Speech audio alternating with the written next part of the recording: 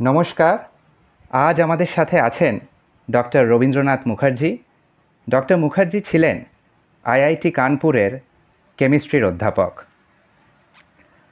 ওনার দীর্ঘ আইআইটির কর্মজীবনে উনি 5 বছর আইআইএসইআর কলকাতার ডিরেক্টর পদের দায়িত্ব সামলেছেন on deputation. Doctor Mukherjee IIT কানপুরের এমিরিটাস প্রফেসর হিসেবেও কাটিয়েছেন 3 বছর। কানপুর আইআইটি থেকে অবসর নেওয়ার পরে উনি কিছুদিন ইন্ডিয়ান স্কুল অফ মাইন্স ধানবাদে ভিজিটিং প্রফেসর পদে ছিলেন।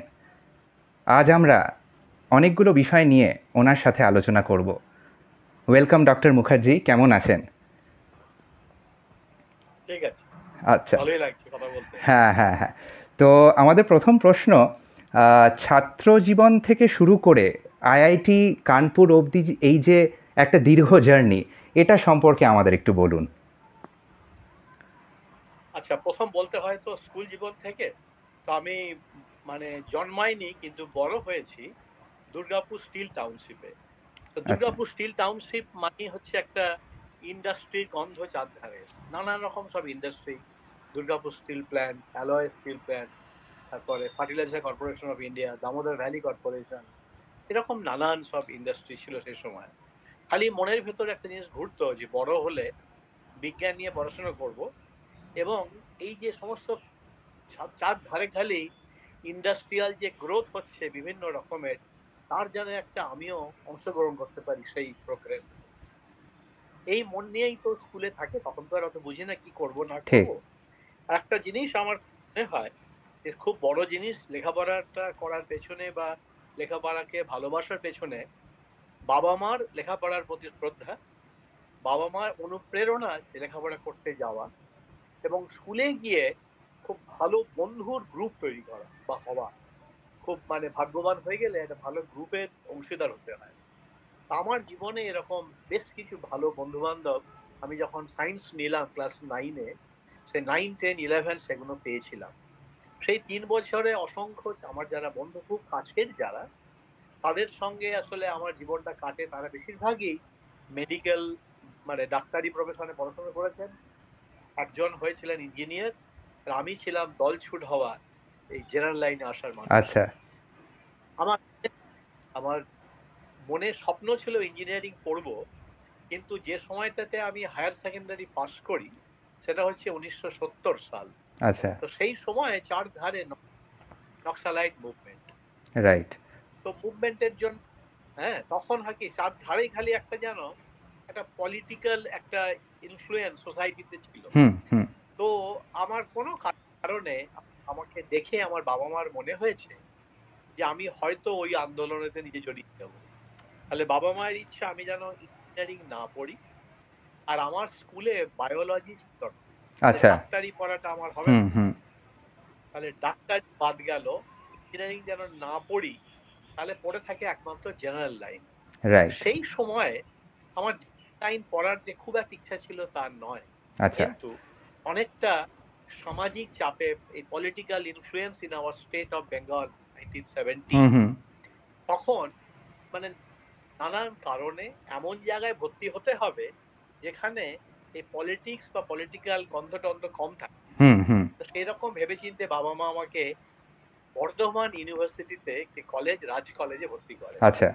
তো সেখানে যখন পড়তে গেলাম কেমিস্ট্রি, তখন দেখলাম খুব কয়েকজন ভালো টিচার ছিলেন, কিন্তু বেশিরভাগ সময় ক্লাস টাস হতো না। এই নানান রকম সব পলিটিক্যাল সব ব্যাপার, তাতে আমার সেই একটা তরুণ মন কিরকম যেন একটা কিরকম যেন বিক্ষোভে আমার থাকতো, মনের ভেতরে একটা বিক্ষোভ যে আমি যেটা চেয়েছিলাম সেটা হলো না, ইঞ্জিনিয়ারিং পড়াটা। আচ্ছা। এই করে আস্তে আস্তে আস্তে আমার বিএস হলো।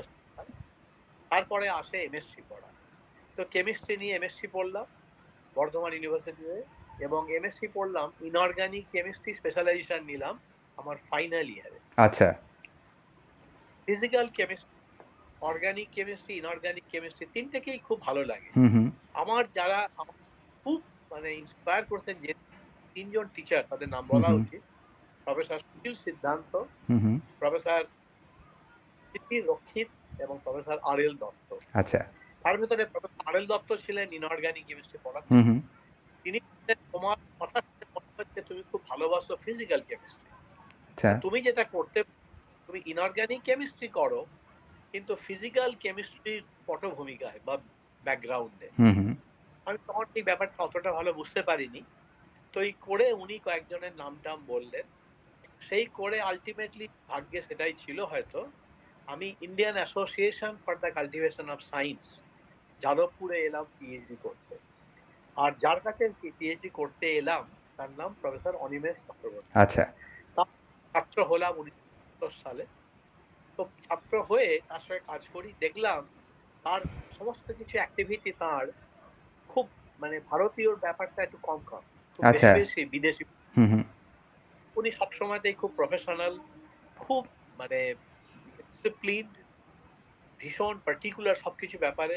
এবং উনি চান সবাই যেন ওই রকম ভাবেই কাজকর্ম করে বা কাজকর্ম শেখে। এই করতে করতে একদিন পিএইচডিটাও শেষ হলো, হুম, হুম। ডিগ্রি পেলাম একটা ইউনিভার্সিটি থেকে। হুম, হুম। ডিগ্রি পাওয়ার পরে আমি কিছুদিন ওনার ল্যাবেতেই ছিলাম পোস্ট ডক্টরাল রিসার্চ অ্যাসোসিয়েট হয়ে। আচ্ছা। তারপরে 1985 সালে আমার ভাগ্যর একটা নতুন মোড় ঘুরলো। আমি আমেরিকার হার্ভার্ড ইউনিভার্সিটিতে গেলাম পোস্ট ডক। আচ্ছা। খুবই নামকরা একজন প্রফেসর, তার সঙ্গে আমার পিএইচডি গাইডও কাজ করেছিলেন। আচ্ছা। তার নাম রিচার্ড হল। তো আচ্ছা। তিনি হার্ভার্ডের খুবই ডাকসাইটে প্রফেসর, হুম, হুম। হার্ভার্ডের বিরাট ব্যাপার। হুম, হুম। তো যাই হোক, তার কাছে যখন সুযোগ পেলাম কাজ করার, তারপরে তার কাছে কাজ করতে গেলাম 85 সালে। হুম, হুম। দিয়ে আমার জীবনে নতুন সব অধ্যায় শুরু হলো, যে বিজ্ঞান যে কত বড়। সেখানে একটা চলার পথে আমরা খুব বড় বড় বিজ্ঞানের কথা বলি, হুম, কিন্তু হুম। বিরাট বিজ্ঞান আমাদের ইন্ডিভিজুয়াল কন্ট্রিবিউশনটা খুবই কম। সেই রাইট। কমটাই যদি একটা নজরে পড়ার মতো কম হয়, তাহলেই সেটা অনেক। ঠিক। তো ওনার সঙ্গে কাজ করে মনে একটা স্বপ্ন যে আমেরিকায় থেকে যাব না, আচ্ছা। যা এখানে শিখছি যদি কোনো একটা ভালো চাকরি পাই, আশা করি, তাহলে দেশে গিয়ে এখানে যেগুলো শিখলাম তারই একটা সংস্করণ আমাকে ইন্ডিয়া থেকে করতে হবে। রাইট। এই স্বপ্ন নিয়ে কাজ শেষ করলাম। ভাগ্যচক্রে চাকরি পেয়ে গেলাম Indian institute of technology Kanpur IIT. তো আইআইটি তে চলে এলাম 1987 সাল। এই হচ্ছে আমার স্কুল থেকে এই অবধি জার্নি। আইআইটি কানপুর অব্দি এবং জার্নি। এবং তখন কি হয়েছিল, ওই এমএসসি পড়তে যখন ঢুকি হুম। বর্ধমান ইউনিভার্সিটিতে, তখন আমাকে ওই তিনজন টিচার যাদের নাম আমি একটু আগে হ্যাঁ। করেছি, তারা এমন ভাবে উদ্বুদ্ধ করলেন। অসাধারণ টিচার, ফিলোজফার তারা। তারপরে আমার পিএইচডি গাইড অসামান্য, আর পোস্ট ডক্টরাল গাইড সম্বন্ধে কি বলবো, তিনি বিশ্বসেরা। সেই। তো এই মানুষজন কাজটা করে যখন আমি শেষ করছি, হুম, হুম। তখন আর আমার মনে একটু কোনো দুঃখ নেই যে আমি ইঞ্জিনিয়ারিং করিনি। আচ্ছা। আমার মনে হলো করতেছি যেটা আমি করতে চেয়েছিলাম। রাইট, এই রাইট, হচ্ছে রাইট। আমার ছোটবেলার জীবনটা, লেখাপড়া। Right, right. খুবই ভালো লাগলো। আমার দ্বিতীয় যে প্রশ্নটা ছিল আপনি অলরেডি সেটা টাচ করে গেছেন। সেটা হচ্ছে আপনার যে specialization, area of specialization coordination chemistry এবং বায়ো ইনঅর্গ্যানিক কেমিস্ট্রি। তো এই সাবজেক্ট বেছে নিতে আপনাকে কি, কি জিনিস অনুপ্রাণিত করেছিল? তার মধ্যে আপনি বললেন আপনার ৩ জন যে টিচার ছিল, তারা একটা অনেক বড় রোল প্লে করেছে। তো এখান থেকে বেরিয়ে গিয়ে আমি একটা অন্য প্রশ্ন করি আপনাকে। আপনি তো দীর্ঘদিন ভারতবর্ষে পড়ালেখা করলেন, তারপরে হঠাৎ করে আমেরিকা গেলেন। আপনি কি কিছু ডিফারেন্স লক্ষ্য করলেন এডুকেশন সিস্টেমে? অসম্ভব ডিফারেন্ট। হুম, মানে হুম। আমাদের দেশে যে সমস্ত শিক্ষা দীক্ষা আমি দেখে বড় হয়েছি, হুম, হুম। সেখানে মেন অ্যাটেনশনটাই হচ্ছে কে কত নম্বর পেলো তার উপরেই জোর দেওয়া। রাইট। মানে যে যত নম্বর পাবে তত ভালো ছেলে। এইটা হচ্ছে ভারতবর্ষে সেই দিনও ছিল, সেটা আজও আছে। নম্বর পাওয়া খারাপ জিনিস নয়, খুবই ভালো জিনিস। কিন্তু যে জিনিসটা আমি দেশে গিয়ে শিখলাম, যে সব থেকে বড় জিনিস হচ্ছে পারদর্শিতা নয়, প্রতিভা। সেই। পারদর্শী হওয়াকে মন দিয়ে পড়াশোনা করা, দিনরাত পড়াশোনা করা, ভাবা পরীক্ষায় ভালো করে নম্বর পাওয়া। কিন্তু ঠিক। প্রতিভাবান যাকে বলে, হুম, হুম। পজিটিভনেস যাকে বলে, হুম, হুম। সেই ইনোভেশনটা নিজের মনের মধ্যে একটা চিন্তা শক্তির অনুপ্রেরণা না। হুম, হুম। আমার মনে পড়ছে একজনের কথা, তিনি পৃথিবী বিখ্যাত মানুষ, নোবেল লরিয়েট, তার নাম অ্যালবার্ট আইনস্টাইন। হুম, হুম। তিনি বলেছিলেন যে imagination is more important than knowledge. নলেজটা ভুলে গেলে পরে হুম হুম বই থেকে বই পড়ে নিয়ে নলেজটা মনে পড়ে যায়, যেটা আমি ভুলে গেছি। ঠিক। কিন্তু ইনোভেশন বা চিন্তা শক্তি, চিন্তাটা হচ্ছে নিজস্বতা। চিন্তা করার ক্ষমতা ভালো থাকলে তবেই ভালো করে জীবনে সবকিছু করা যায়। বিজ্ঞান করা তো অবশ্যই। Absolutely absolutely. আচ্ছা, আপনার তো অসংখ্য রিসার্চ পাবলিকেশনস রয়েছে, তো সেখান থেকে কিছু কি হাইলাইটস আপনি বলুন, মানে আপনি যে যে সাবজেক্টগুলো নিয়ে রিসার্চ করেছেন। আমি একটু টাচ করেছি হ্যাঁ হ্যাঁ। যে আমার কেমিস্ট্রিতে 3 রকম 4 রকম অ্যাকচুয়ালি হুম হুম হয়। Physical chemistry, inorganic chemistry, organic chemistry আর ইনঅর্গানিক কেমিস্ট্রি। তো ইনঅর্গানিক, অর্গানিক, ফিজিক্যাল, এই 3টে। হুম। আর ফিজিক্যাল কেমিস্ট্রির একটা ভাগ থাকে থিওরিটিক্যাল কেমিস্ট্রি। Right right. তো আমার তো ওই ফিজিক্যাল কেমিস্ট্রির অংশটাতে, আচ্ছা। তারপরে আমার টিচাররা ওই ইন্সপায়ার করলেন যে তুমি ফিজিক্যাল কেমিস্ট্রির ব্যাকগ্রাউন্ড থেকে ইনঅর্গানিক কেমিস্ট্রি করে কোঅর্ডিনেশন কেমিস্ট্রি রিসার্চে যাও। আচ্ছা। করেই আমার প্রফেসর অরিমেশ চক্রবর্তী বা প্রফেসর হোমের সঙ্গে কাজ করা। তো এখানে কিরকম হয় যে এই মেটাল আয়ন যেগুলো থাকে, হুম হুম যেগুলোকে আমরা ইনঅর্গানিক ফোকাস করি, হুম হুম সেই মেটাল আয়নগুলো, একটা মেটাল আয়নের এক এক রকমের চরিত্র, এক একটা প্রপার্টি। আয়রনের যা প্রপার্টি সেটা কপারের হবে না, কপারের যা প্রপার্টি সেটা ম্যাঙ্গানিজের হবে না, সব আলাদা আলাদা হুম প্রপার্টি। হুম কারণ তাদের আউটারমোস্ট সেলে যতগুলো ইলেকট্রন থাকে, হুম হুম ডি ইলেকট্রন, ইলেকট্রনের উপরে বেস করে তাদের প্রপার্টিটা ভ্যারি করে। তো যেরকম আয়ন কেমিস্ট্রি বা কোঅর্ডিনেশন কেমিস্ট্রির একটা বড় অংশই হচ্ছে হুম হুম ভেরিয়েবল ফেটস, মানে মেটাল স্টেটের, যেমন আয়রন 2, আয়রন 3, আয়রন 4, আচ্ছা সবই হতে পারে। আচ্ছা। এবং এক একটা অক্সিডেশন স্টেটের এক এক রকমের প্রপার্টি আর এক এক রকমের তার রিঅ্যাক্টিভিটি প্রপার্টি আবার। রাইট। তাদের নিজস্ব প্রপার্টি, হুম হুম এবং তারা যখন রিঅ্যাক্ট করবে কারোর সঙ্গে, সেই প্রপার্টিটা রিফ্লেক্টেড হবে। এই হচ্ছে মূল কোঅর্ডিনেশন কেমিস্ট্রি। মানে হচ্ছে মেটাল আয়নকে হুম হুম কিছু লিগ্যান্ড বলি আমরা, অর্গানিক ময়েটি, হুম হুম যে মেটালটাকে স্টেবিলিটি দেয়, আচ্ছা। তাদের ইলেকট্রন সাপ্লাই করে। কারণ মেটাল আয়ন তো পজিটিভলি হুম চার্জ। হুম হুম পজিটিভ চার্জ বলে লিগ্যান্ডগুলোর ভেতরে নেগেটিভ চার্জ থাকে। হুম হুম সেই নেগেটিভ চার্জটা যখন ফ্লো করে পজিটিভ চার্জের হুম দিকে, হুম হুম তখন ওই লিগ্যান্ডের একটা সমন্বয়ের সৃষ্টি। আচ্ছা আর সেই সমন্বয় আমরা বলি কোঅর্ডিনেশন কমপ্লেক্স, ওই অর্গানিক আচ্ছা লিগ্যান্ড আর ইনঅর্গানিক মিলে। আচ্ছা। এবং এটাই মূল সূত্র সমস্ততেই, কোঅর্ডিনেশন কেমিস্ট্রিতে, অর্গানোমেটালিক কেমিস্ট্রিতে, যেটা নাকি কেমিস্ট্রি ইন অ্যাকশন বা ইন্ডাস্ট্রিয়াল কেমিস্ট্রি যাকে হুম আমরা হুম বলি, হুম সেখানে অর্গানোমেটাল বড় অংশ প্লে করে। হুম হুম তার সঙ্গে বায়ো ইনঅর্গানিক কেমিস্ট্রি, সেটা হচ্ছে role of metal ions in biology. আচ্ছা। এই যে আমাদের শরীরে রক্ত রয়েছে, হুম হুম রক্তের মধ্যে আয়রন থাকে, হুম হুম তাহলে অনেক মেটাল আয়ন রয়েছে। হুম হুম নেচার আয়রনটাকেই কেন বেছে নিয়েছে, রাইট। এবং আয়রন থাকার জন্য কি কি প্রপার্টি এসেছে, যে যে ব্লাডের মধ্যে আয়রনই থাকবে, ওখানে কোবাল্ট থাকবে না বা ম্যাঙ্গানিজ থাকবে না। এই যে বিজ্ঞান, তাকেই বলা হয় bio inorganic chemistry, role of metal ions hmm hmm biology.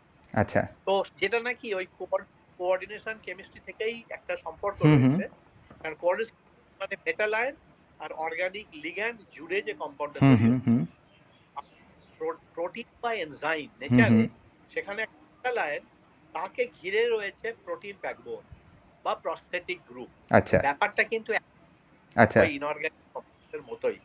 এবং সেইটা করার জন্য তাদের রিঅ্যাক্টিভিটি প্রপার্টি, হুম হুম তার ইলেকট্রনিক স্ট্রাকচার, মানে ইলেকট্রন কিরকম ভাবে ডিস্ট্রিবিউটেড আছে মলিকুলটার মধ্যে, হুম হুম এবং সেইটা ডিকটেট করবে তার রিঅ্যাক্টিভিটি কেমন হবে। রাইট। সেটা ইনঅর্গানিক কমপ্লেক্সই হোক, যাকে বলি আমরা কোঅর্ডিনেশন কমপ্লেক্স বা ট্রানজিশন মেটাল কেমিস্ট্রি, হুম হুম হুম সেটা বায়ো কেমিস্ট্রি হোক হুম হুম বা অর্গানোমেটালিক হোক, হুম সবার মধ্যে কিন্তু এক, ওই লিগ্যান্ড আর মেটাল আয়নের ইন্টারঅ্যাকশন। আচ্ছা আচ্ছা। ওই লিগ্যান্ড কোনো specific hmm hmm for proteins, আচ্ছা এটাই শুধুমাত্র। আচ্ছা আচ্ছা। আচ্ছা, আপনি যখন ভারতবর্ষে পিএইচডি করছিলেন, আহ, আপনি কি কোনো চ্যালেঞ্জ ফেস করেছেন, এবং যদি করে থাকেন সেগুলোকে কিভাবে ওভারকাম করেছেন সেই সময় দাঁড়িয়ে? আমি সত্যি কথা বলতে কি, খুব ইম্পর্টেন্ট প্রশ্ন এগুলো। খুব সত্যি কথা বলতে কি, আমি একটা খুব ভাগ্যবান ছিলাম ওই হুম ল্যাবরেটরিটা হুম ভারতবর্ষের একটা সেরা ইনঅর্গানিক কেমিস্ট্রি ল্যাবরেটরি। আচ্ছা আচ্ছা আচ্ছা ওটা ভারতবর্ষের একটা সেরা ইনঅর্গানিক কেমিস্ট্রি ল্যাবরেটরি। আচ্ছা যিনি গাইড, অসম্ভব ডাইনামিক, অসম্ভব স্মার্ট, তিনি ওয়েল ট্রেন, পৃথিবীর বড় বড় সব জায়গায় কাজ করেছেন আচ্ছা এবং তার কাজ করার সুযোগ পাওয়ার পরে ওনাকে দেখেই একটা কেমন ইন্সপায়ার্ড হয়ে গেলাম যে এটাই হয়তো আসল মন্ত্র যেটা আমাকে নিতে হবে। তো সেই ওনার মন্ত্রে মানে দীক্ষিত হয়ে ওনার পথ অনুসরণ করে বিজ্ঞান চালু করা শুরু করলাম। হুম হুম আমার বিশ্ববিদ্যালয়তে যারা বন্ধু ছিল তারাও হুম হুম করতে শুরু করলো। সেই চ্যালেঞ্জটা হচ্ছে কি করে ভালো কাজ করা যায়, আচ্ছা মানে নন ট্রিভিয়াল ওয়ার্ক। সবাই করে হয়তো সাদামাটা কাজ, হুম হুম হুম আর ওনার কাজ একটু অন্য রকমের, আচ্ছা খুব modern aspects of inorganic chemistry. আচ্ছা তো সেইটা করতে গিয়ে সেই চ্যালেঞ্জটা হয়ে গেল খুব জোরদার চ্যালেঞ্জ, একটা শেখার সুযোগ পেয়ে গেলাম হুম হুম আর একটা ভালো জিনিস জানার সুযোগ পেয়ে গেলাম। আচ্ছা ওই আচ্ছা জন্য চিন্তা হলো কি হবে এইটা না ভেবে কি করে এই কাজটা করব, কি করে শিখবো, সেই চ্যালেঞ্জটা মাথায় ঢুকলো। আচ্ছা আচ্ছা তো ওই জন্যে কি হবে পরবর্তীকালে হুম আমার হুম বাবা মাও খুব ছিলেন হুম ভাবতে। হুম হুম আর আমার তো মনে হয়নি যে কিরকম চাকরি পাবো, কি হবে না সেই হবে সেই সেই এইগুলো। যেমন আমি আমেরিকা যাওয়ার আগে হুম হুম ভারতবর্ষে আমি ভালো চাকরি পেয়ে আচ্ছা নর্থ ইস্টার্ন হিল ইউনিভার্সিটি শিলংয়ে হুম হুম অ্যাসিস্ট্যান্ট প্রফেসর, আচ্ছা তারপরে হিন্দুস্তান লিভার যেটা হ্যাঁ ইউনি হ্যাঁ লিভার হ্যাঁ হ্যাঁ বিদেশে, হ্যাঁ হ্যাঁ তাতেও চাকরি পেয়েছিলাম আমি আচ্ছা ইন্ডিয়াতে। আচ্ছা কিন্তু মনের স্বপ্ন হচ্ছে ইন্ডাস্ট্রি বা ওই নেহুতে চাকরি না নিয়ে হুম হুম ওই একটাতে গিয়ে ওই হার্ভার্ডে গিয়ে একটা জীবনের সমস্ত পৃথিবীর যে সুযোগটা আমাকে দিচ্ছে হুম ভগবান, হুম হুম সেই নিয়ে নেমে পড়ি না কি হয় দেখি। আচ্ছা সেই আচ্ছা করেই আমার জার্নি শুরু হয়। আচ্ছা আচ্ছা আচ্ছা আচ্ছা তখন ফান্ডস কি খুব ইজিলি পাওয়া যেত? মানে এখন তো অনেকে ধরুন রিসার্চ করতে আসে না, ভাবে আমি কি করে সংসার চালাবো, মানে সেটা একটা বড় প্রশ্ন। ঠিক হ্যাঁ, তো তখনকার ঠিক দিনে সিস্টেমটা কীরকম ছিল? আমাদের সময় কিরকম ছিল, পিএইচডি ফেলোশিপ ছিল খুব কম অ্যামাউন্ট, আচ্ছা সেটা ছিল 400 আচ্ছা 400 রুপিস। আচ্ছা 400 এখন বর্তমানে 35,000। ওকে তো আমি ঢুকেছিলাম 400 এ পিএইচডি করতে হুম হুম যখন 35,000। হুম হুম তো তখন কোনোদিন আমার বাবা মা হুম হুম বা আমার নিজের মনে জাস্ট নিজের হস্টেলের খরচাটা চলে যাবে, হুম হুম বাবা মা হাত পাতবো না, হুম হুম এরপরে নেমে পড়ে দেখি না কি হয়। হয়েছিল আমার বাবা মায়ের অনুপ্রেরণা এবং আমার নিজের মনের স্বপ্ন আর স্যারকে দেখে উদ্বুদ্ধ হওয়া।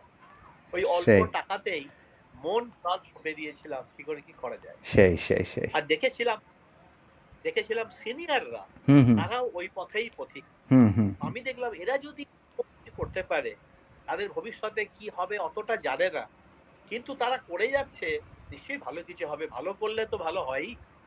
এই একটা সোজা মন্ত্রটাকে আমি মূলধন করে নেমে পড়েছিলাম। আচ্ছা আচ্ছা আচ্ছা আপনি তো ওই অল্প আইআইটি হ্যাঁ হ্যাঁ বলুন ওই বলুন অল্প টাকাতেই হ্যাঁ হ্যাঁ অল্প টাকাতেই আইএলটিএস এ পিএইচডি করতে ঢুকেছিলাম। আচ্ছা তখন ভারতবর্ষ জুড়ে সব জায়গাতেই ওই 400 টাকা ফেলোশিপ, আচ্ছা আচ্ছা সেখানেই আচ্ছা ঢুকবো, আচ্ছা আচ্ছা আচ্ছা কোনো আলাদা নেই।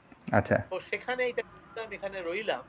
কিন্তু যে জিনিসটা ছিল চাকরি কোথায় পাবো কি হবে এই একটা আনসার্টেনিটি ছিল একসময়। আচ্ছা ইনফ্যাক্ট আমার পিএইচডি যখন শেষের দিকে, হুম হুম মানে আমি যখন লেখা শুরু করেছি, হুম হুম একটু আমার মাস্টারমশাইকে না বলেই হুম হুম অ্যাপ্লাই করেছিলাম আচ্ছা college service commission.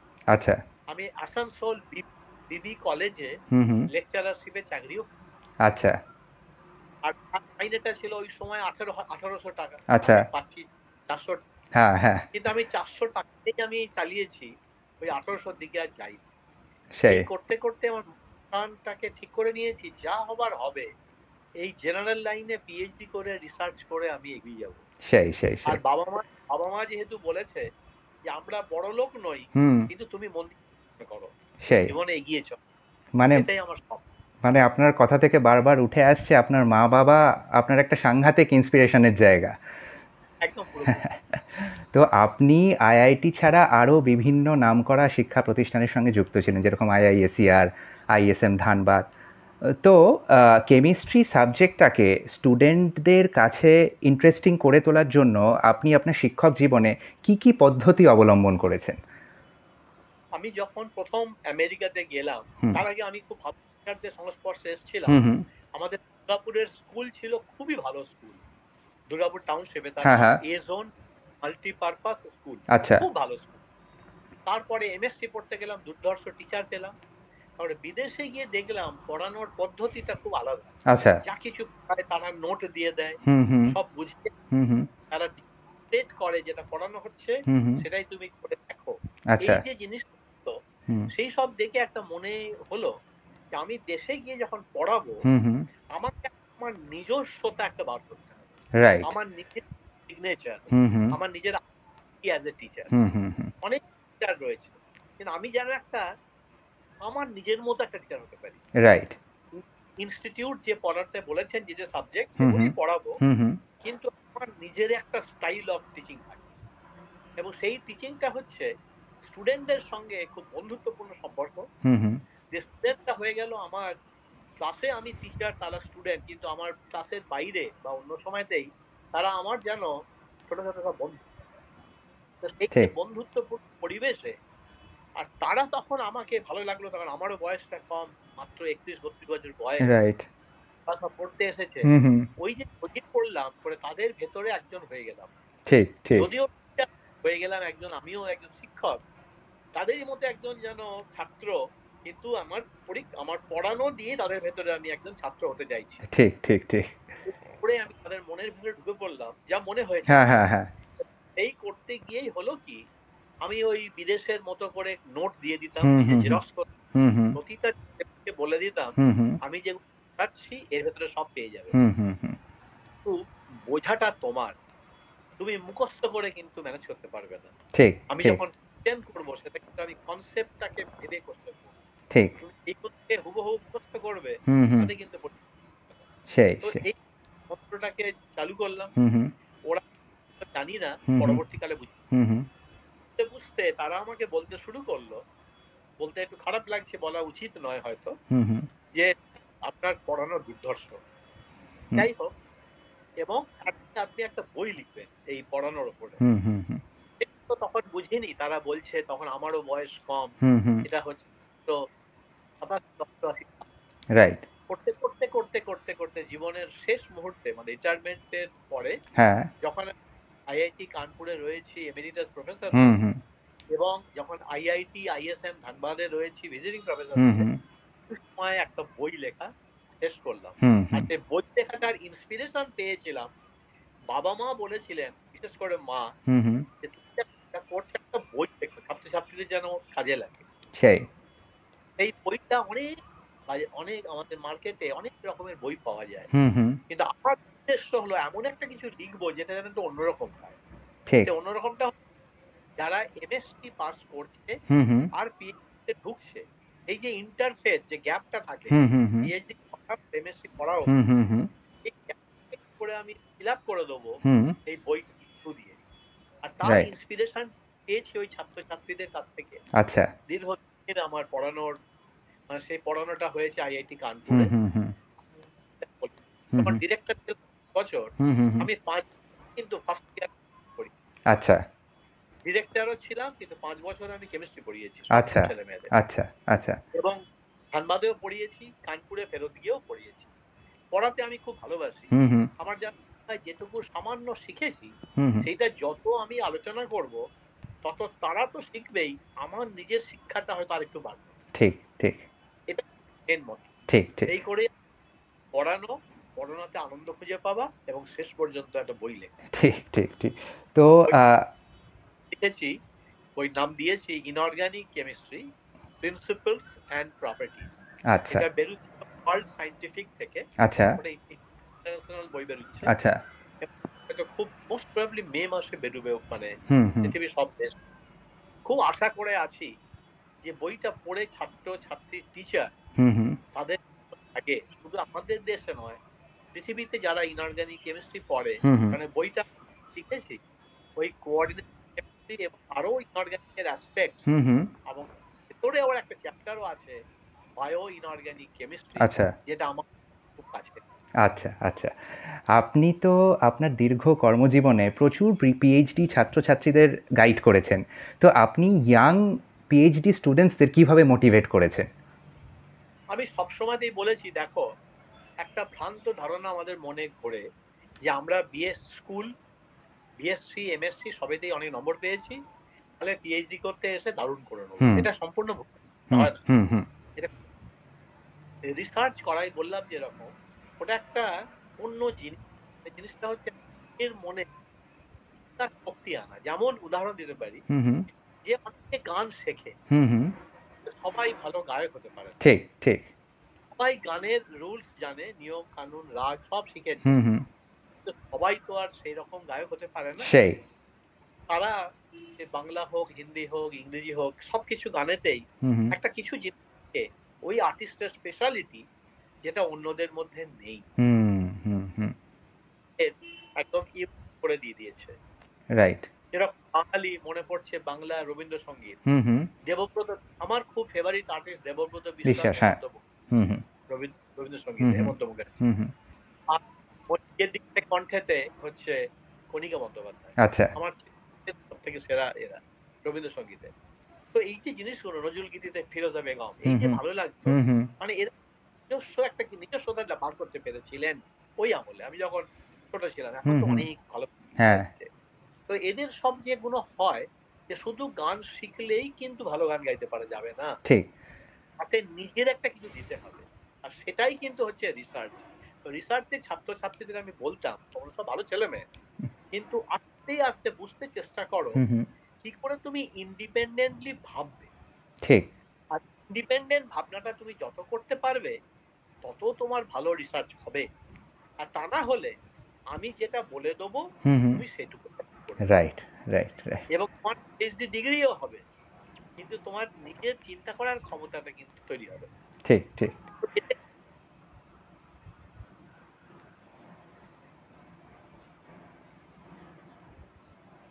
Sir Kolkata মিলিয়ে হয়তো 35 জন হবে পিএইচডি হ্যাঁ করে, হ্যাঁ 35 জন করে। আর আন্ডার গ্রাজুয়েট প্রজেক্ট করেছে নিয়ারলি 80 জন।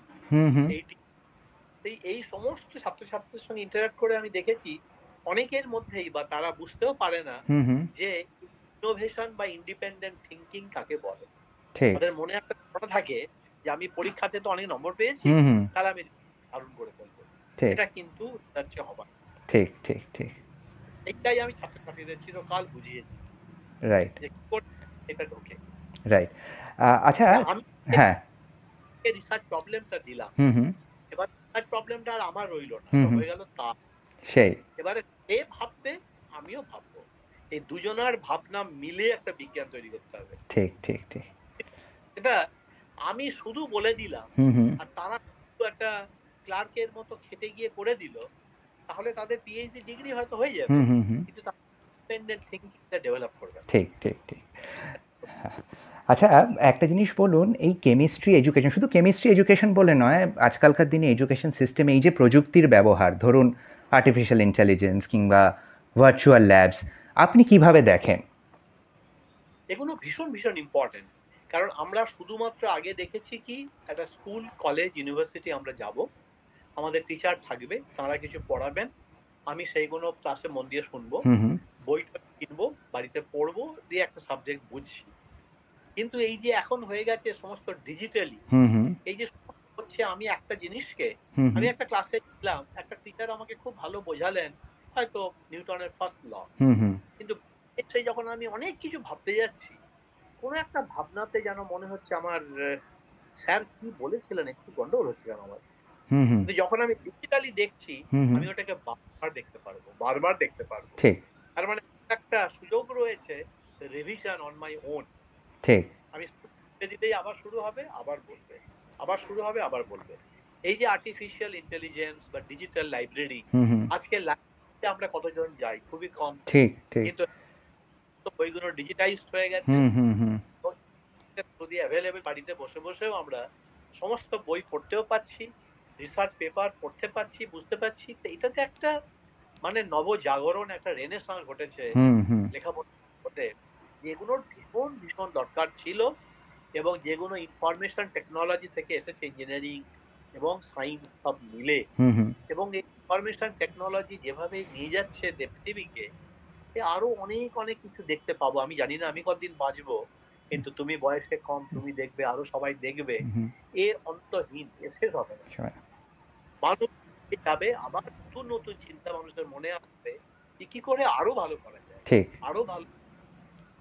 এবং এই এই কিন্তু শুধুমাত্র বুকিস ক্লাসরুম টিচিংটাকে থেকে বেরিয়ে এসে হুম খুব ব্রড বেসড যাকে বলে টিচিং, হুম হুম হুম রাউন্ড বলে ইংলিশে, round education, right overall education. হুম হুম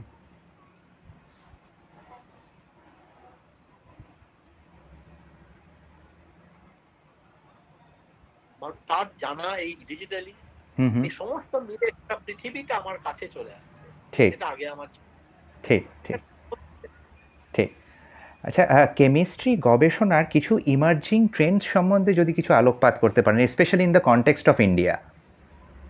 আমাদের পৃথিবীতে মানে রিসার্চ করতে গেলে ৩ রকমের দিক থেকে রিসার্চ হয় বলে আমি মনে করি। হুম হুম একটা রিসার্চ হচ্ছে কিউরিওসিটি ড্রিভেন।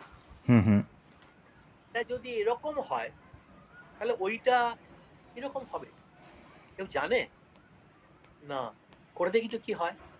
তার মানে কিউরিওসিটি ড্রিভেন একটা জিনিস, আমি জানি না, হুম হুম মানে এইগুলো জানি, কিন্তু ওইটা কি করলে হয় আমি জানি না, হ্যাঁ সেইটা করতে নেমে কি হয়, এটা একটা রিসার্চ। হুম হুম এটা হচ্ছে সম্পূর্ণভাবে ফান্ডামেন্টাল রিসার্চ, হুম হুম যে রিসার্চটা হচ্ছে চিন্তা শক্তি দিয়েই খালি হচ্ছে। ঠিক পরের রিসার্চটা হচ্ছে সোসাইটাল নিডের ওপরে, হুম মার্কেট ইকোনমির ওপরে। হুম যেমন যে ওষুধের যে হচ্ছে মেডিসিনাল যে রিসার্চ হচ্ছে, হুম হুম যে ড্রাগ ডিসকভারি হচ্ছে, হুম তার মানে যত নতুন নতুন অসুখ হচ্ছে, বেরুচ্ছে, হুম ক্যান্সার হুম একটা, হুম হুম হুম তাহলে ক্যান্সারকে ট্যাকেল করতে আমরা কত রকমের ওষুধ পেতে পারি, হুম হুম হুম টেকনিক তার জন্যে।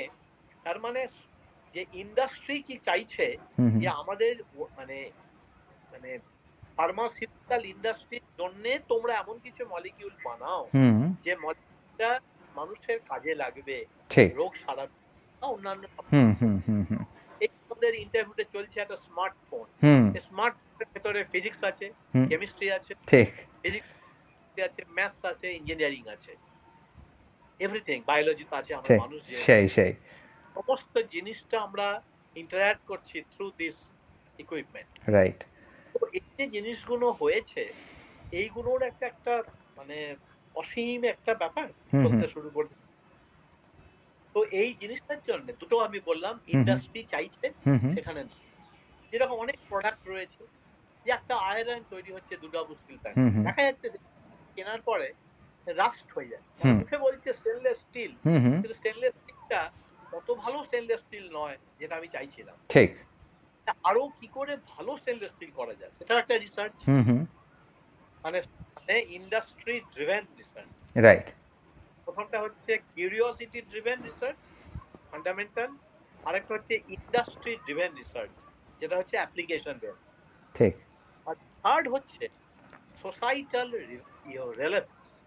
যেমন আমরা শুনি, কিছুদিন আগে শুনতাম, কয়েক বছর আগে আর্সেনিক পয়জনিং আমাদের পশ্চিমবঙ্গের বিভিন্ন এই বসিরহাট, হুম হুম হুম পুরুলিয়া, তাহলে আর্সেনিকের জন্য মানুষের হাতে ঘা হচ্ছে, তারা অসুস্থ হয়ে হুম হুম পড়ছে। হুম তাদের জলগুলো হচ্ছে কন্টামিনেন্ট আছে জলের মধ্যে, রাইট জলের কন্টামিনেন্টটাকে কি করে তাড়াবো আমরা, হুম হুম আর একটা সোসাইটাল একটা প্রেশার রয়েছে। ঠিক একটা হচ্ছে কিউরিওসিটি ড্রিভেন, একটা হচ্ছে ইন্ডাস্ট্রি ড্রিভেন, হুম হুম আর একটা সোসাইটি। ঠিক তিনটে দিক যদি আমরা ব্যালেন্স করে চলতে পারি, হুম একজন মানুষ তো তিনটেই করতে পারবে হুম না। হুম প্রথম দুটো করলো, থার্ডটা করেনি, হয়তো হুম হুম প্রথম দুটো তার তিন করেছে, সেকেন্ডটা করেনি, এরকম। কিন্তু যখন মিলেমিশে একাকার হয়ে যাচ্ছে, যে ফান্ডামেন্টাল করেছে, সেই চিন্তা শক্তিটাকে নিয়ে যে অ্যাপ্লিকেশন করবে, সেই যখন নামছে আর কাজ করতে শুরু করছে, ঠিক ঠিক ঠিক রয়েছে হুম হুম যে এই ধরনের মলিকিউল এই কাজটা করতে পারে, ঠিক তখন ইন্ডাস্ট্রি ভাবছে এটা যদি করতে পারে, দেখি তো এটাতে এরকম হয় কিনা। এইভাবেই সেখানে ইন্ডাস্ট্রিয়াল রিসার্চ ফ্লারিশ করছে। হুম হুম আজকে আমাদের বিরাট ব্যাপার গোটা হুম বিশ্বজুড়ে, হুম হুম টেকনোলজি বা ইঞ্জিনিয়ারিং দের রমরমে বাজার হুম দেশে হুম হুম বিদেশে। হুম তারপর এই যে মানে প্রোগ্রামিং, কম্পিউটার প্রোগ্রামিং, এই যে আমরা ইন্টারভিউ দিচ্ছি, হুম হুম হুম এই যে কম্পিউটারের খাতা এগুলো, হুম হুম কি করে জায়গা থেকে আমার মেসেজটা যাচ্ছে, রিসিভ করে ইট ইজ রিচিং ইউ, এই ঠিক। যে পুরো প্রসেসটা, হুম। এর ভেতরে তো পুরো সায়েন্স আর একদম ইঞ্জিনিয়ারিং একাকার। একদম। ওই জন্যে ফান্ডামেন্টালকে বাদ দিয়েও শুধু ইন্ডাস্ট্রিয়াল সার্চ করলে হবে না। হুম। আবার সোসাইটি করব, ফান্ডামেন্টাল আমার কনসেপ্টস ক্লিয়ার নয়, সেটাও হবে না। ঠিক ঠিক ঠিক। প্রত্যেককে একটা ব্যালেন্স রেখে করলে পরে তবেই তার প্রযুক্তিটা ভালো হবে হুম হুম এবং সমাজের কাজে লাগবে বিশ্বজুড়ে ঠিক ঠিক ঠিক সব দেশ। ঠিক।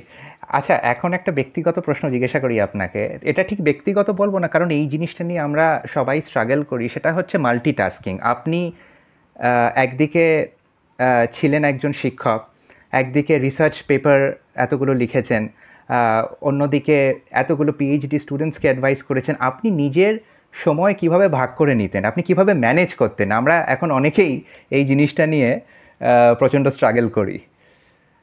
এটাতে করতে গেলে আমার প্রথমেই যার নাম বলতে হয় সে হচ্ছে আমার স্ত্রী। আচ্ছা। তো ও আমাকে কোনো কারণে, ও বুঝতে পেরেছিল আমি জীবনে কি চাই। হুম হুম আমার চাওয়াটা টাকা টাকা রোজগার করবো প্রচুর, এটা আমার ছিল না কোনোদিন। ঠিক। আমার যদি কিছু জ্ঞান ট্যান আমার অর্জন করতে পারি হুম জীবনে হুম হুম হুম সামান্যতম, হুম হুম তাহলে একটা পাবো, হুম হুম চাকরি পেলে দু চারটে পয়সা হবে, হ্যাঁ হ্যাঁ এবং সেই যদি আমি নষ্ট না করি, হুম যদি হুম ঠিক মতো খরচা করতে পারি, হুম হুম তাহলে আমার জীবনটা একটা প্ল্যানে চলবে। ঠিক। এবারে করবো, বই লিখবো, আবার ওদিকে পড়াবো, হুম বিভিন্ন মেম্বার হব, বিভিন্ন এডিটোরিয়াল বোর্ডের কাজ করব, হুম হুম হুম তাহলে একটা সময় বার করতে হবে। ঠিক। তা সংসারটা, আমার একটি ছেলে একটি মেয়ে, তারা সব বড়, হুম তাদের হুম বিয়ে টিয়ে হয়ে গেছে। হুম হুম তো এই সমস্ত কিছু সামলেছে আমার স্ত্রী মিতা মুখার্জি। হুম হুম তার সাথেই কিন্তু আমার সংসারের দিকে আমার থেকে সমর্পণ করে দিয়েছি যে সংসারটা তুমি দেখো, হুম হুম আর আমার জীবনটাকে আমাকে একটু থাকতে দাও। ঠিক। তোমার যখন ওই আছে না, হুম। আমাকে আমার তো থাকতে দাও হ্যাঁ ওই হ্যাঁ টাইপের, হ্যাঁ ঠিক। এবং তোমার যখন দরকার আমি আছি, হুম হুম আমার যখন দরকার যে কোনো রকম হেল্পে তুমি পাশে থেকো। কিন্তু আমাকে আমার কাজটা যদি দুটোই করতে হয়, সংসারও চালাবো, এই করবো ও করবো, বাজার দোকান করবো, তাহলে আমি এটা করতে পারবো না। নিশ্চয়ই। এই এই ভাগটা, এই পার্টিশনিংটা আমার হয়েছিল, এবং সেটাতে আমার ওয়াইফ খুব মানে খুব কন্ট্রিবিউট আচ্ছা আচ্ছা আচ্ছা। করে এই সময়গুলোকে আস্তে আস্তে বার করেছিলাম, এবং প্রচুর পরিমাণে সময় রাখতে হতো। হুম যে হুম টাইমে কিরকম হয়, লোক মানুষে আমি যেরকম পেপার লিখছি, হুম হুম হুম একটা জার্নালে জমা দিচ্ছি, হুম হুম এই জার্নালের কিন্তু আবার রিভিউইং বোর্ড আছে, মানে রিভিউয়ার আছে, হুম হুম বা তারা ওই রিসার্চ পেপারটা পড়ে ঠিক করবে যে আমার দেওয়া রিসার্চ পেপারটা যোগ্য কি যোগ্য নয় ওই জার্নালের ক্ষেত্রে। হুম তাহলে আমার পেপারগুলো পৃথিবীর বিভিন্ন মানুষ যোগ্য মনে করছে বলেই কিছু বেরিয়েছে। ঠিক। আবার অন্য লোকদের যারা কাজ পৃথিবী জুড়ে, হুম তাদেরও ওরকম অনেক পেপার আমার কাছে আসে, সেই কাজগুলো যোগ্য কি যোগ্য নয় বিচার করা। তা সেগুলোকেও কিন্তু আমাকে করতে হয় হুম ওই হুম থ্রু প্রসেস। ঠিক। পৃথিবীর বিভিন্ন জায়গা হুম হুম যে অমুক বিজ্ঞানী এই হুম হুম কাজ করছে, হুম আপনি বলুন তো এটাকে আমরা অ্যাকসেপ্ট করে আমাদের জার্নালে ছাপাবো কি ছাপাবো না। এটা শুধু আমি নয়, আমাদের মতো এরকম অগন্তি মানুষ যারা বিজ্ঞানের শিক্ষকতা এগুলো নিয়ে জড়িত, হুম হুম তারা এই কাজগুলো। ঠিক ঠিক। আপনি দীর্ঘদিন শিক্ষকতার সঙ্গে যুক্ত। আপনি ইন্ডিয়ান এডুকেশন সিস্টেমকে কিভাবে চোখের সামনে ইভলভ হতে দেখেছেন? আমি যখন ছোট ছিলাম তখন এক ধরনের, যেটা বললাম, টিচাররা আসতো, ক্লাসে পড়াতেন, বই টই থাকতো, বাড়িতে এসে বইটা পড়তাম। আমার কোনোদিন প্রাইভেট টিউটর ছিল হুম না, হুম নিজে নিজেই পড়তাম, নিজে নিজেই বোঝার চেষ্টা করতাম। পরবর্তীকালে আস্তে আস্তে আস্তে আস্তে হয়ে গেল কি, পরিধিটা বেড়ে গেল, হুম খুব বেশি কম্পিটিটিভ হওয়ার জন্য হলো কি, ছাত্রছাত্রীদের ভেতরে এই ইনোভেশন কম্পোনেন্টটা, ইনোভেটিভনেসটা কমে এলো। হুম হুম সে তখন কত করবে, মানে হাজারটা জিনিস করতে হবে, সেই। সে তখন মুখস্থ করছে, পরীক্ষা দিচ্ছে, মুখস্থ করছে, এই দিচ্ছে, তখন তার চিন্তা করার শক্তিটা কমে আসছে হুম হুম এই পঞ্চমটা করার জন্য। হুম তো সেই দিকে একটা চ্যানেলাইজ করতে হবে, যে কি করে চ্যানেলাইজ করলে। হুম হুম ঠিক। আমি খুব ভাগ্যবান একটা জায়গায় ঢুকেছিলাম, আইআইটি কানপুর, হুম আইআইটি হুম হুম সিস্টেম। হুম আইআইটি সিস্টেমের এগুলো কিন্তু খুব সুন্দর চ্যানেলিং করা থাকে। হুম হুম হুম এই মানে বিএসসি পড়েছে অন্য কোথাও বা কানপুরেই হুম বিএসসি টাইপের, হুম হুম আস্তে আস্তে তারা বুঝে যায় আমরা কোন দিকে যাব, হুম হুম কি করলে ভালো হবে, কোনটা ভালো, হুম হুম আমার ইন্ডাস্ট্রিয়াল জিনিসটা ভালো হবে হুম হুম না একাডেমিক ভালো হবে, না আমি কোন দিকে যাব, আমার হুম হুম কোনটাতে ক্ষমতা, কোনটাতে আমার অ্যাটিটিউড আছে হুম হুম এবং কোনটাতে আমার মন প্রাণ আছে। ঠিক ঠিক তো সেই আস্তে আস্তে আস্তে আস্তে যত সময় যাচ্ছে তত বেশি কাউন্সেলিং আসছে। হুম হুম আমাদের সময় কাউন্সেলিংটা ছিল না। ঠিক তখন ছিল এরকম, তুমি পড়তে চাও কি পড়বে, না জেনারেল লাইনে পড়বো, কেমিস্ট্রি নিয়ে পড়ো কাজে লাগবে, নেমে পড়লাম কেমিস্ট্রি পড়তে। হুম হুম এইটাই। হুম হুম অথচ কিন্তু স্কুলে খুবই ভালো লাগতো আমার ম্যাথামেটিক্স এবং ফিজিক্স, খুবই ভালো লাগতো। আচ্ছা কিন্তু এই সবাই বলছে কেমিস্ট্রি পড়ো, আমার কেমিস্ট্রি ভালো লাগে, হুম হুম কিন্তু কেমিস্ট্রি করতে করতে আমি কেমিস্ট্রি পড়ে ফেলি। ঠিক তো এইগুলোতে তখন কাউন্সেলিং ব্যাপারটা ওই সময় ছিল না, কিন্তু এখন বিগত প্রায় 10, 15, 20 বছর ধরে কাউন্সেলিং একটা বিরাট অংশ প্লে করছে আমাদের দেশে। হুম হুম যেই পাস করলো আইআইটি হোক বা স্টেট জেই হোক, হুম হুম সে তখন মানুষের গায়ে যেতে পারছে, জিজ্ঞেস করছে হুম যে আমি কোনটা নিয়ে পড়বো বুঝতে পারছি না, ইলেকট্রিক্যাল ইঞ্জিনিয়ারিং হুম হুম না মেকানিক্যাল না সিভিল না কম্পিউটার সায়েন্স, আমার কোনটা ভালো হবে। ঠিক তখন তিনি বলছেন যে তুমি কি কি নিয়ে তোমার ভালো লাগে বলো, কোনটায় তুমি বেশি কনফিডেন্ট, কোনটায় তুমি করতে পারবে। এইরকম নানান রকম সব প্রসেস মানে সিটিং হওয়ার পরে পরে হুম হুম মেন্টালিটি হয়ে যায় একটা ছাত্র বা ছাত্রী যে ঠিক আমি এই পড়বো। অনেকের যেরকম মন থাকে ম্যাথামেটিক্সে বেশি মন। হুম হুম আমি অনেক ছেলেকে দেখেছি যারা ইঞ্জিনিয়ারিং হুম পড়লো, হুম ইঞ্জিনিয়ারিং পড়ে আলটিমেটলি তারা ম্যাথসে ঢুকে গেল, ঠিক মানে প্রোগ্রামিং। হুম হুম হুম হুম আর ইঞ্জিনিয়ারিংটা করলো বিটেক বা বিই যার যেখানে, কিন্তু আলটিমেটলি তার মন চাইছে কম্পিউটার প্রোগ্রামিং লজিক মানে লিখবো, হুম হুম হুম মানে মানে প্রসেসটাকে কি করে একটা মেশিন আমার বলা কাজটা করে দেবে। ঠিক ঠিক এই যে প্রোগ্রামিং যে ল্যাঙ্গুয়েজ, তার মানে mathematics hmm hmm plays a logic plays a major role, সেইগুলোর দিকে মন চলে যাচ্ছে। তার মানে এই যে জিনিসটা আস্তে আস্তে আস্তে যে এভলিউশনটা হয়েছে হুম আমাদের হুম হুম দেশে বা পৃথিবীতে, হুম হুম সেই খুবই কার্যকর। এখন ঠিক ছাত্রছাত্রীদের যেরকম কম্পিটিশনটা বেশি, হুম হুম যেটা আমাদের কম্পিটিশনটা তুলনামূলকভাবে কম ছিল, হুম হুম এখন হুম অনেক। এখন এই কাউন্সেলিং এর জন্য ছাত্রছাত্রীরা কিন্তু অনেক মানে তারা মানে তাদের মেন্টালি তারা দে নো আফটার ক্লাস 2 যে which direction I should go. Right right আমি যেরকম বুঝতে পারতাম না, আমি বায়োলজি ছিল না বলে আমি হুম বায়োলজি হুম ডাক্তারি পড়বো না, হুম হুম কিন্তু আমি ইঞ্জিনিয়ারিং পড়বো। কিন্তু আমার মনে যে জেনারেল লাইনে পড়ার একটা আনন্দ ছিল, সেইটা আমি তখন তো বুঝতে পারিনি। ঠিক তখন আমি আস্তে আস্তে যখন জেনারেল লাইনে ঢুকলাম, নানা রকম পলিটিক্যাল ব্যাপার হুম স্যাপার হুম হুম এইসবের হুম জন্য হুম বলে করে আমি দেখলাম যে আমার তো জেনারেল লাইনের এই জিনিসপত্রগুলো দারুণ ভালো লাগে। আর কানপুরে গিয়ে দেখলাম ওদের ইঞ্জিনিয়ারিং এর নামই হচ্ছে সায়েন্স বেসড ইঞ্জিনিয়ারিং। আচ্ছা মানে তুমি আগে ফিজিক্স কেমিস্ট্রি ম্যাথামেটিক্স মন দিয়ে পড়ো, হুম হুম তারপরে তুমি ইঞ্জিনিয়ারিং করবে। ঠিক ঠিক এটাই হচ্ছে আইআইটি কানপুরের মূল মন্ত্র, ঠিক ঠিক সায়েন্স।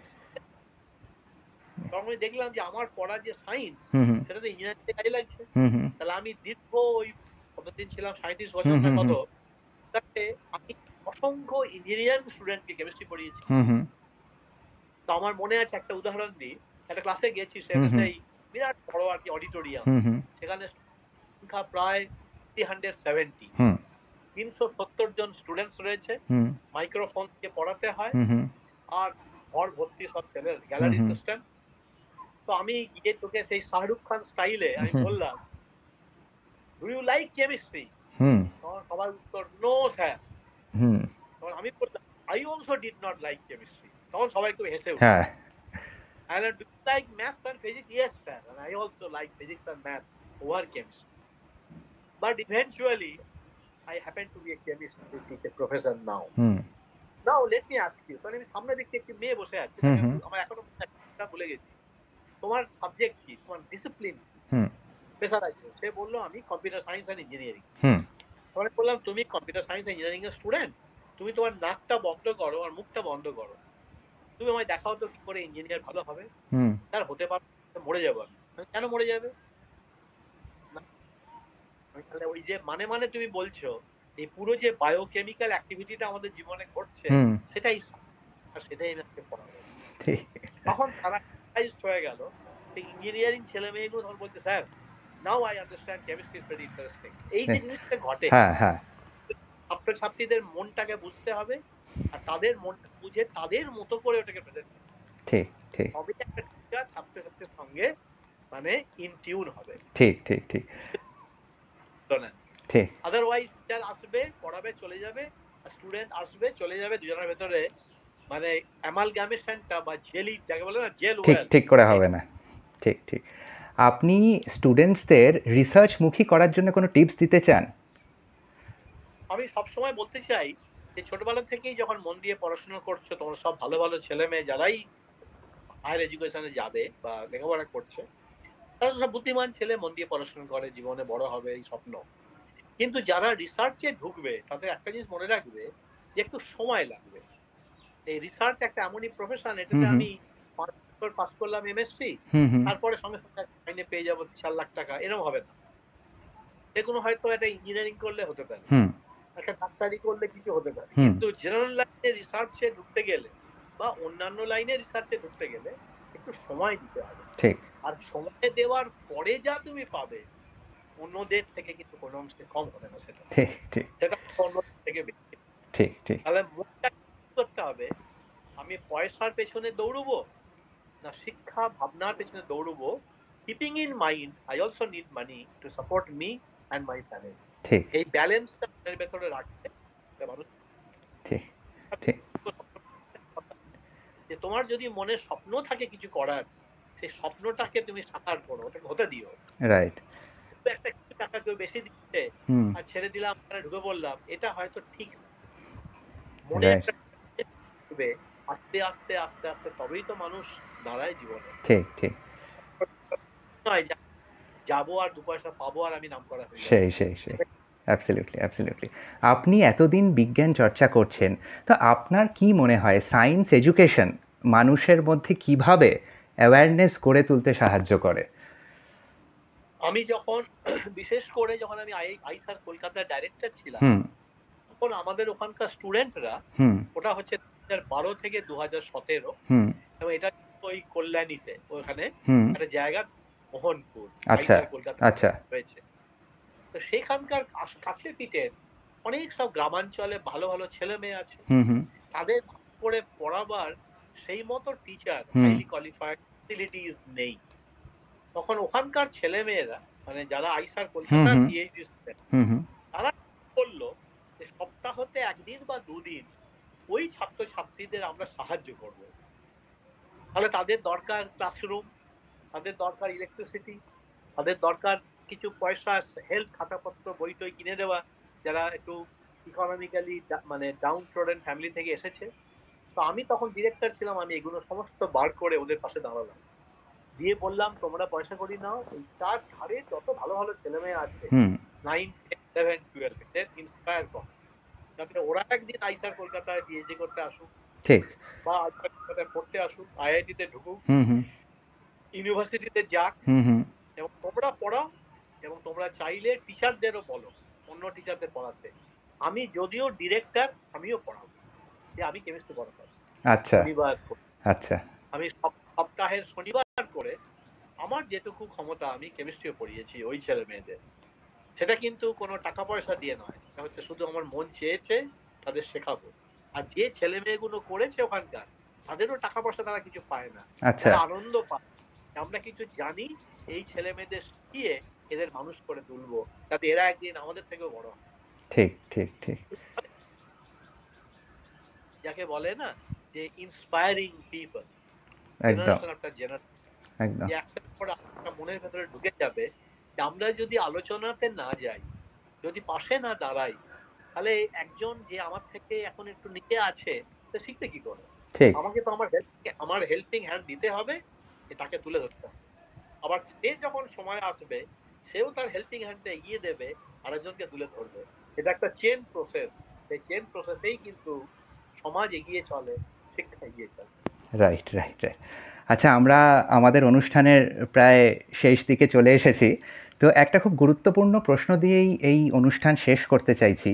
সেটা হচ্ছে, আগে তো হাতে গুনে কয়েকটা আইআইটি ছিল, এখন আইআইটির সংখ্যা অনেক বেড়েছে, বোধহয় 23টা আইআইটি।